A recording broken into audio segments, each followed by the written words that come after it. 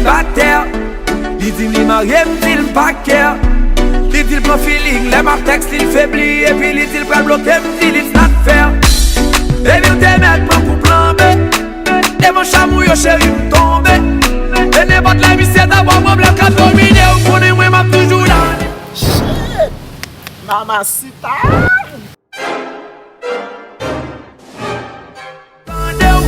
Côté tristesse dans cœur, c'est ça le plus faire.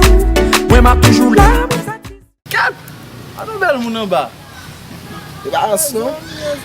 Mbal moutre. Mbal gen blok, mbal moutre chan mbal aborde l pou mbwe lan tout nan men lan. An pa yo pa ka bwe lan Cham tout nan soif la. An pa yo pa ka Mbal moun bagay. Mbal moutre moun bagay. Zate men, mbala bwe nan men moun nou fwe. Avre mwen chè, bel moun sa va Eti ba e fatis jen do apre grey. Bak wap ka bwe lan men E lan mwen djou, bel moun sa va Maladi ka a malade te baz. Bel moun sa va ka malade. Eme an suiv, nap tan nou. Kite mi se bwe lan dlo a. Bode wè de bwe lan dlo sa metaje nou la pyo jodi a la. Mbal moutre, Men nou, map tan nou. mbal moutre moun bagay.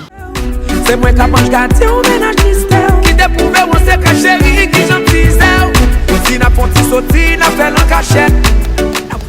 Salut bel moun.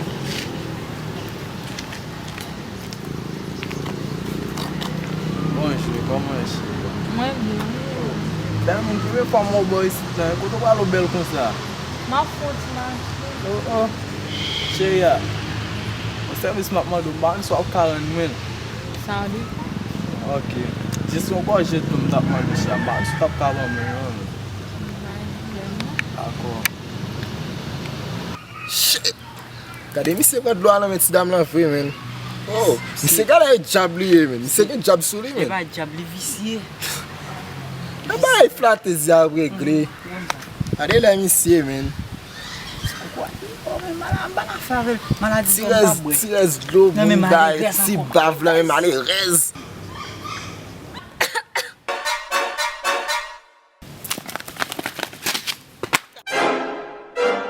Kon mou demande mon servis, ou ka an nou yon tou? Pa yon problem non. Ap tan do. Ou ka di moun kote ou pran soye moun ki de korona isi?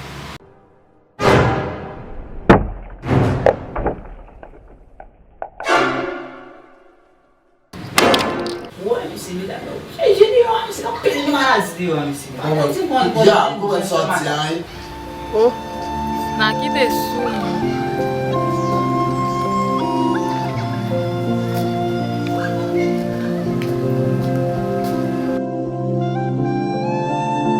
Mese dam, koman nou? Grasa ki Jezi m konen nou. Men sa ke map di nou. Coronavirus se yon maladi ki foke anpil. Evite fe fote mak plize moun. Pa gade sou bo gason sou bel fi. Paske nou tout ka kapi maladi sa. Paske li atrape anpil. Li bakon ni woj, li noa. Se nou ki pou evite l. Suiv tout prinsip d'hygiene ki yo ban nou yo. Paske m toujou tan de yo di, prekosyon pa kapou. Se met ko ki veye ko. Se te zan mi nou chitne di ki pote mesaj sa pou nou. Nou souwete nou kompon san sot din nan la. Mersi anpil. Fanatik yo nou konen mremen nou an pil.